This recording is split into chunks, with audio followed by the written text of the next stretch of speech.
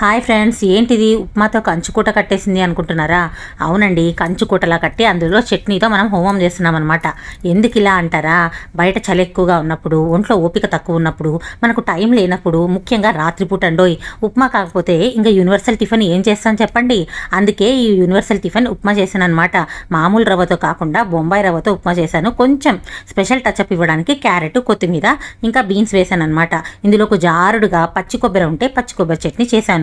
Super అయితే ఉంటుందండి taste. ఈ ఉప్మా కొలత అంటే నేను 1 గ్లాసు రవ్వకు 3 గ్లాసులు నీళ్లు పోస్తానండి. ఉప్మా అయితే బాగా వచ్చేస్తుంది. ఇందులో ఆయిల్ అయితే తగినంత వేసుకోండి. బాగా ఆయిల్ పడితేనే ఇందులో టేస్ట్ అయితే బాగా ఉంటుందన్నమాట. చూసారు కదా, ఇలా అంచులంతా వీడేదాకా బాగా కలుపుకొని ఒక్క 2 నిమిషాలు మూత పెట్టి మగ్గించండి. అప్పుడు బొంబాయి రవ్వ ఉప్మా ఉంటుంది. దీని టేస్ట్కి వేరే ఏ టిఫిన్ కూడా సరిపోదండి. Please like and subscribe our channel అండి. అలాగే మన ఛానల్లో ఉన్న వీడియోస్ అన్నీ కూడా ఒకసారి చూడండి. Thank you so much. Thank you.